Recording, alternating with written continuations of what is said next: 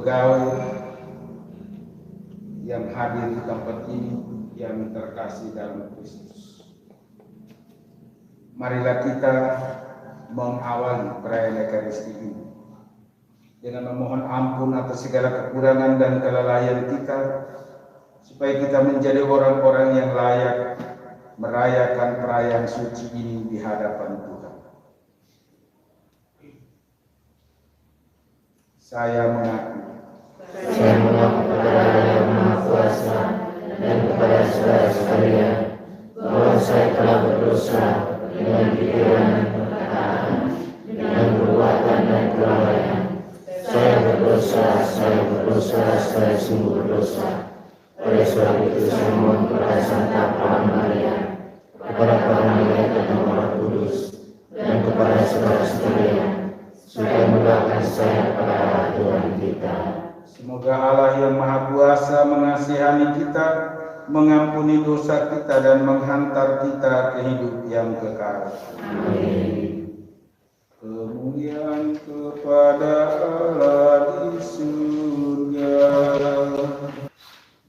Allah Bapa yang Maha Kasih, perencana dan penyelenggara hidup kami, cinta-Mu yang utuh dan sempurna telah melahirkan kami kembali menjadi pengikut putra-Mu. Saat ini kami bersama-sama berkumpul di sekitar altar-Mu untuk bersyukur bersama atas tahun ajaran yang baru ini. Kami bersyukur atas berkat dan rahmat yang telah kami alami dalam perjalanan hidup kami. Semoga terang Roh Kudus-Mu senantiasa mengobarkan hati dan semangat kami untuk tetap bersama berjuang mewujudkan kaum muda yang beriman dan berkualitas. Jadikanlah perayaan syukur ini sebagai tanda bahwa Engkau senantiasa menyertai dalam rentang waktu ke waktu dalam seluruh hidup kami. Demi Kristus pengantara kami.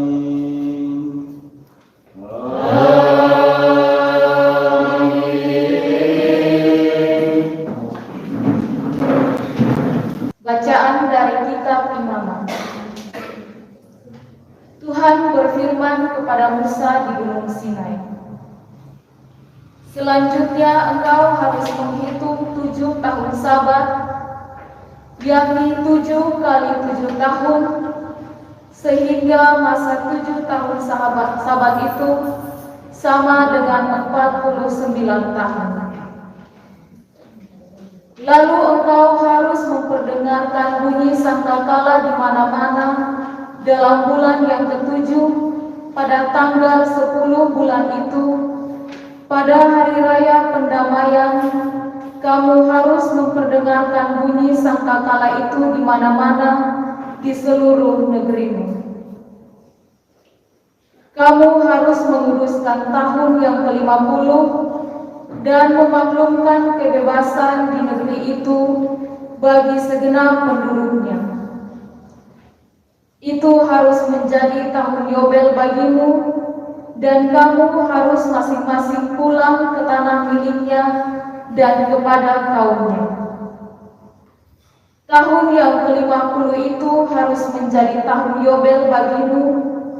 Jangan kamu menabur, dan apa yang tumbuh sendiri dalam tahun itu jangan kamu tuai, dan pokok anggur yang tidak dirantingi jangan kamu petik buahnya. Karena tahun itu adalah tahun Yobel, haruslah itu kudus bagimu. Hasil tahun itu yang hendak kamu makan harus diambil dari ladang. Dalam tahun Yobel itu, kamu harus masing-masing pulang ke tanah miliknya. Apabila kamu menjual sesuatu kepada sesamamu atau membeli daripadanya, janganlah kamu merugikan satu sama lain. Apabila engkau membeli dari sesamamu, haruslah menurut jumlah tahun sesudah tahun Yobel, dan apabila ia menjual kepadamu, haruslah menurut jumlah tahun panen. Makin besar jumlah tahun itu, makin besarlah pembeliannya, dan makin kecil jumlah tahun itu, makin kecillah pembeliannya, karena jumlah panenlah yang dijualnya kepadamu. Janganlah kamu merugikan satu sama lain, tetapi engkau harus takut akan Allahmu, sebab Akulah Tuhan Allahmu. Demikianlah sabda Tuhan. Haleluya, haleluya, haleluya, haleluya. Haleluya, haleluya, haleluya, haleluya. Tuhan sertamu. Dan sertamu juga. Inilah Injil Yesus Kristus menurut Santo Matius. Dimuliakanlah Tuhan. Pada masa itu sampailah berita tentang Yesus kepada Herodes, raja wilayah. Lalu ia berkata kepada pegawai-pegawainya, "Inilah Yohanes Pembaptis. Ia sudah bangkit dari antara orang mati, dan itulah sebabnya kuasa-kuasa itu bekerja di dalamnya. Sebab memang Herodes telah menyuruh menangkap Yohanes, membelenggunya, dan memenjarakannya berhubungan dengan peristiwa Herodias, istri Filipus saudaranya, karena Yohanes pernah menegurnya, katanya, tidak halal engkau mengambil Herodes ingin membunuhnya, tetapi ia takut akan orang banyak yang memandang Yohanes sebagai nabi. Tetapi pada hari ulang tahun Herodes, menarilah anak perempuan Herodias di tengah-tengah mereka dan menyukakan hati Herodes, sehingga Herodes bersumpah akan memberikan kepadanya apa saja yang dimintanya. Maka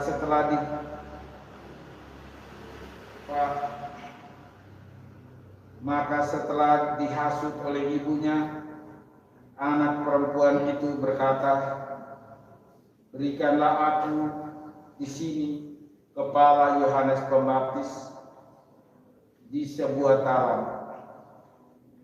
Lalu sedihlah hati raja, tetapi karena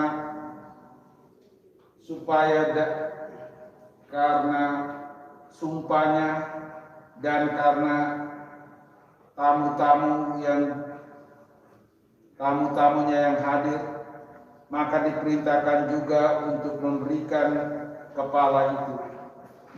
Disuruhnya memenggal kepala Yohanes di penjara, dan kepada kepala Yohanes itu diberikannya kepada gadis itu, dan ia membawanya kepada ibunya. Kemudian datanglah murid-murid Yohanes Pembaptis, mengambil mayatnya dan menguburkannya.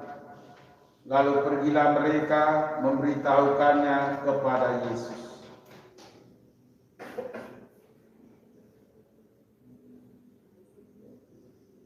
Demikianlah sabda Tuhan. Terpujilah Kristus.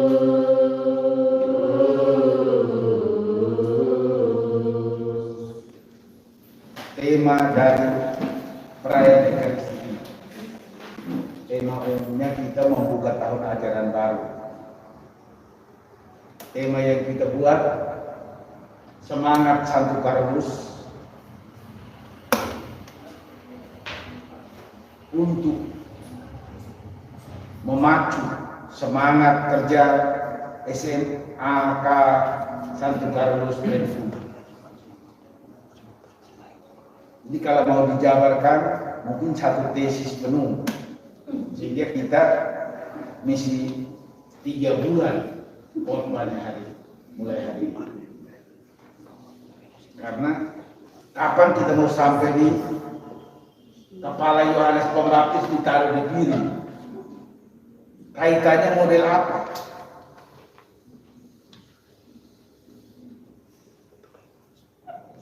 Tetapi bukan saya mau menggampangkan, tapi saya coba memberikan tanggapan saya secara singkat untuk peristiwa kita hari ini.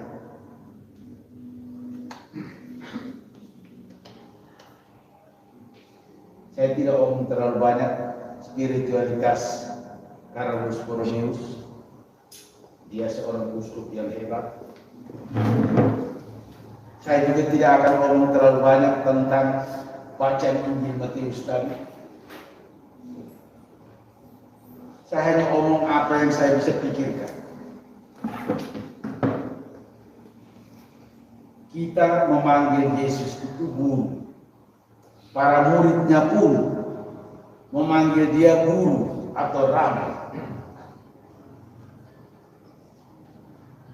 Dan kalau kita panggil Yesus guru, maka kita yang lain ini berpangkat guru. Maka Yesus harus menjadi prototipe dari setiap guru yang ada di dunia. Prototipe.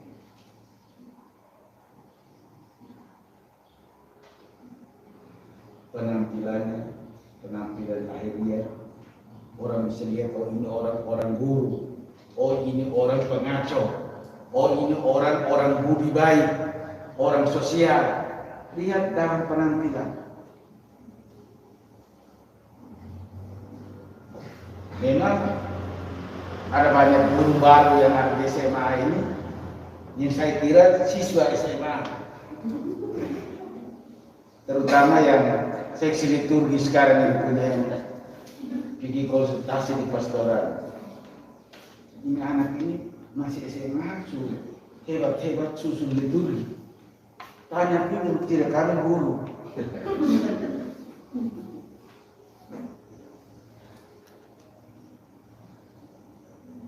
Itu bukan berarti kaum penampilannya mengkhawatirkan saya.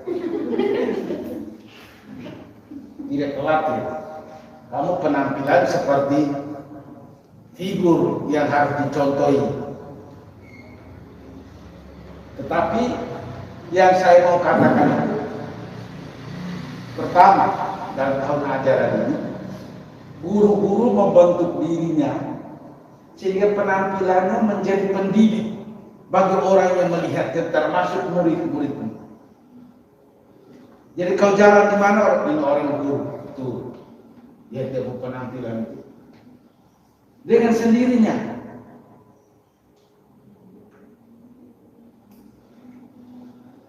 Baik itu bapak sampai dia meninggal, kita tidak perlu tanya dulu dia kerja apa, karena kita sudah tahu dia ini pasti guru.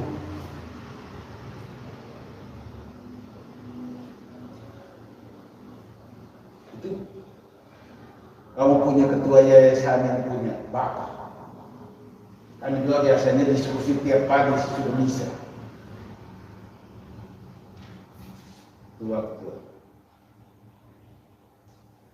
Memang Pak Epinya belum terlalu mirip karena dia bukan guru.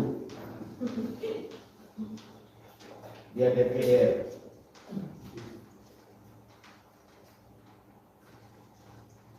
Itu pembentukan.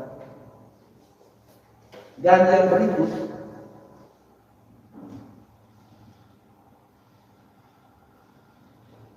bagaimana seorang guru menjadi promotor perubahan kepribadian dari anak murid. Guru harus menjadi promotor.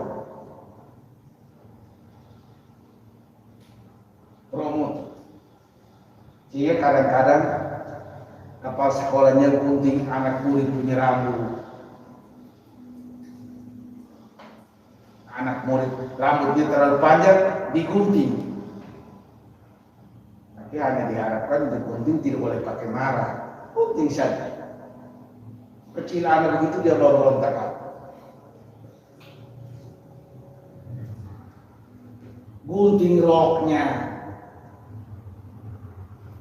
Karena anak-anak zaman sekarang ini kadang-kadang mereka mau pakai hal yang aneh-aneh untuk dapat dilihat, ditonton. Salah satu keanehan itu ialah pakaian mini.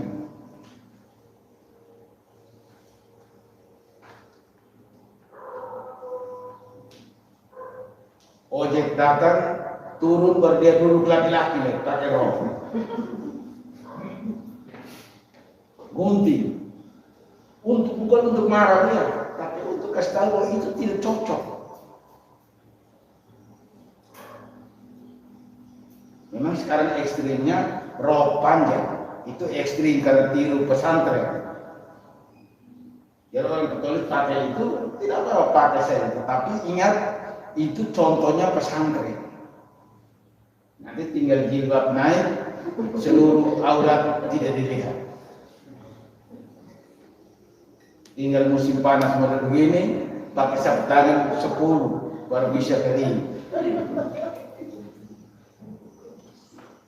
Jadi itu merubah, menjadi promotor perubahan. Itu untuk kepribadian dulu. Nanti bagian pendidikan, ilmu-ilmunya. Setiap guru yang ada sini kan punya ilmu sendiri-sendiri. Maka guru-guru kami dulu lebih hebat kami. Satu guru semua ilmu. Kamu punya ini guru yang mengajar tentang ilmu sapu halaman, dia hanya tahu sapu halaman. Bagaimana sapu kamar dia tidak tahu, karena tidak ada rumputnya di kamar.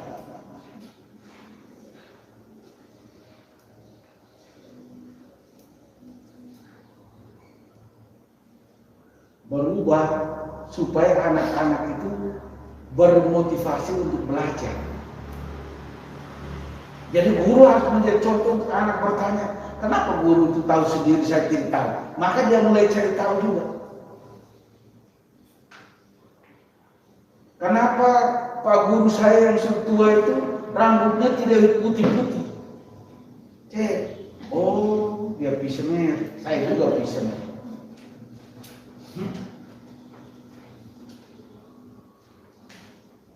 Kenapa ibu saya yang sudah tua ini kulitnya tidak kerut-kerut, tetap licin dia pipi?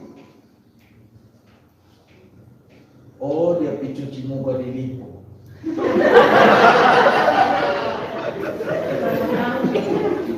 Makanya anak-anak itu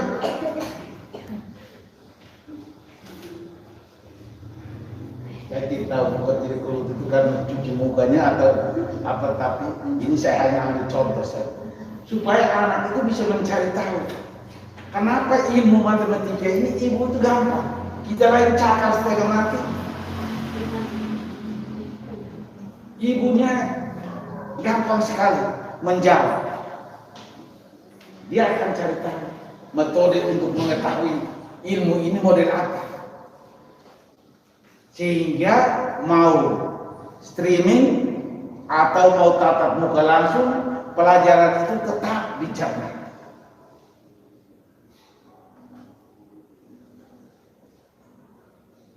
Ini yang harus dibuat. Nanti ilmu-ilmunya, teknisnya ada pada kepala sekolah.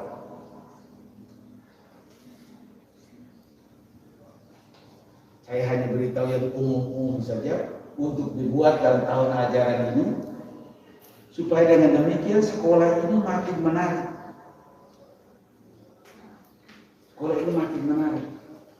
Dan harus itu administrasi sekolah harus dibuat baik-baik supaya akreditasinya dia naik status. Karena ke depan orang cari sekolah untuk masuk itu cari status akreditasinya. A, orang masuk lebih banyak, B, agak kurang, C, apalagi. D, mungkin 2 orang saja.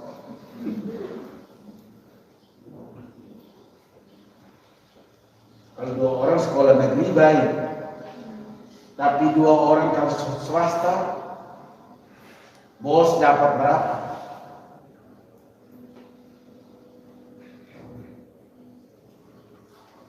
Itu yang harus jadi perhatian dulu, perhatian di akreditasi.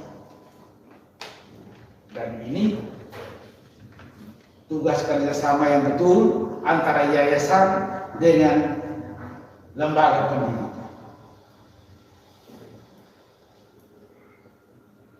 Jadi bukan hanya lembaga pendidikan untuk meningkatkan akreditasi sekolah, tapi yayasan.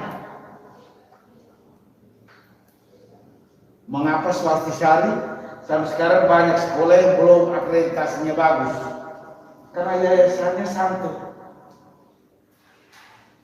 tidak terlalu fokus. Sekolah-sekolah kota saja.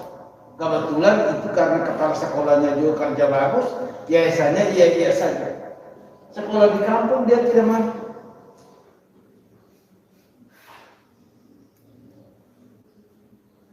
Kita punya ini yayasan dan 1 sekolah saja supaya ini kerjasamanya yang bagus. Saya lihat beberapa tahun ini kerjasamanya sudah bagus, sudah mantap. Hanya itu harus menghasilkan akreditasi yang baik. Ini Pak Kepala. Supaya sekolah ini harus menjadi sekolah yang favorit, yang disumbangkan oleh Proki Santo Yosef Pekerja Penfui kepada negara.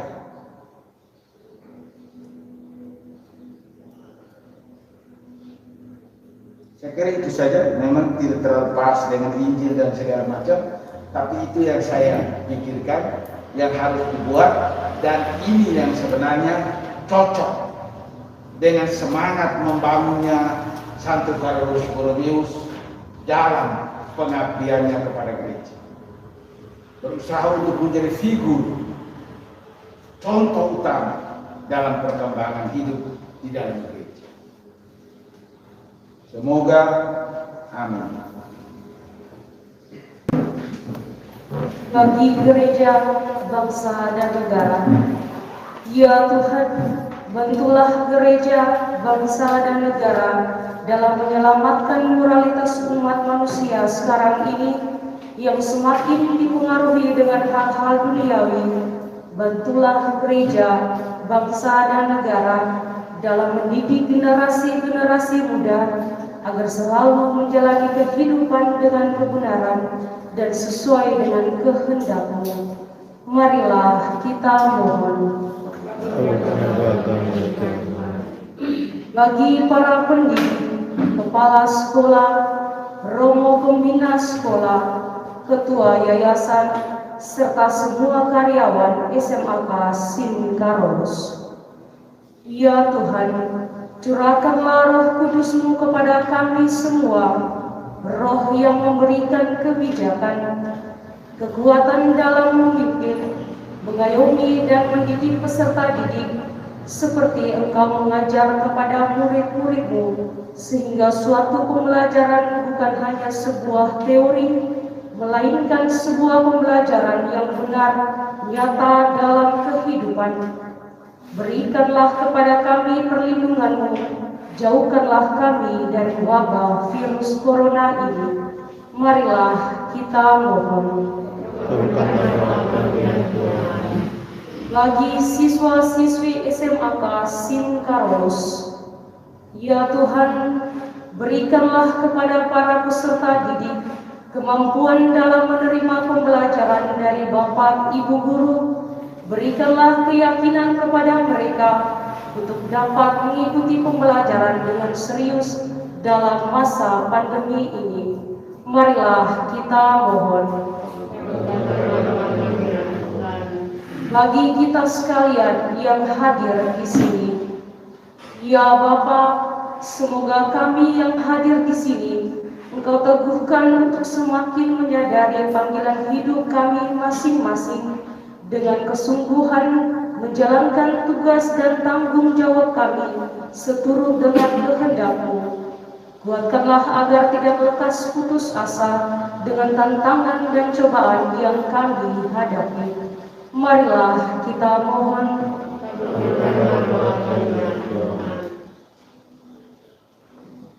Demi Kristus Tuhan kami. Sungguh kuduslah Engkau Tuhan, sumber segala kekudusan. Maka kami mohon, kuduskanlah persembahan ini dengan pencurahan Roh-Mu, agar bagi kami menjadi tubuh dan darah Tuhan kami Yesus Kristus. Ketika Dia diserahkan untuk menanggung sengsara dengan rela, Yesus mengambil roti, mengucap syukur, Dia memecah-mecahkan, lalu memberikannya kepada murid-muridnya seraya berkata, "Terimalah dan makanlah kamu semua, inilah tubuhku yang diserahkan bagimu."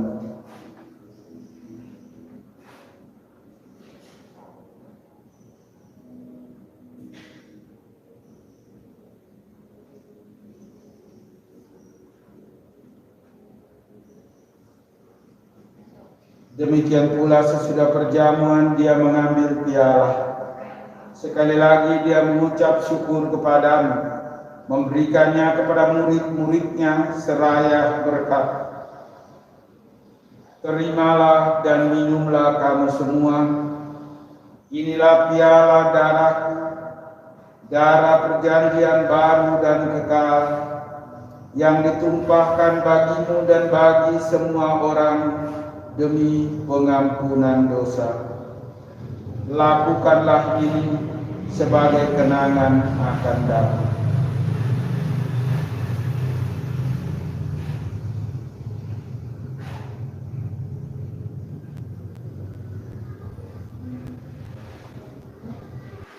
Lihatlah anak domba Allah, lihatlah Dia yang menghapus dosa dunia. Berbahagialah saudara-saudari yang diundang ke perjamuan anak domba. Ya Tuhan, saya tidak pantas Tuhan datang kepada saya, tapi bersabarlah saja maka saya akan sembuh.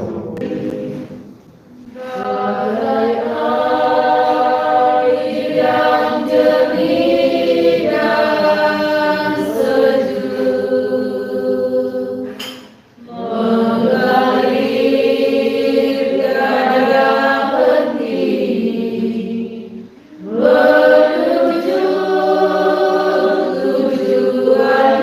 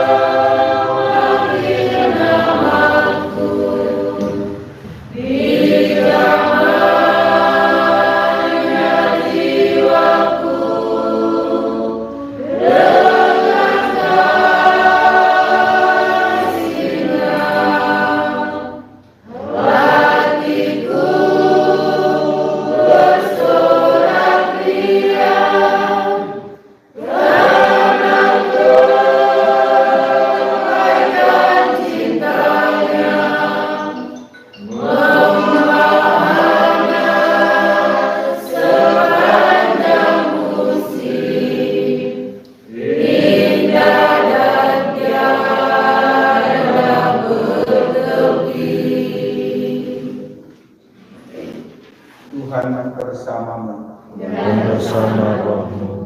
Semoga kita sekalian dan seluruh kegiatan dan pengabdian kita dalam tahun ajaran yang baru ini dituntun dan diberkati oleh Allah yang Maha Kuasa, Bapa dan Putra dan Roh Kudus. Amin. Misa sudah selesai. Syukur kepada Allah. Kembalilah kita diutus. Amin.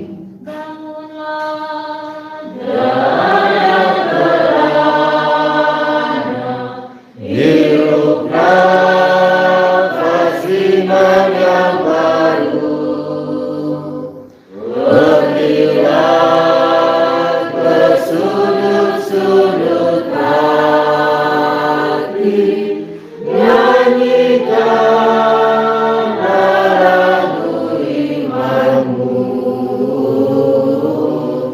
Ulanglah dengan damai sejati,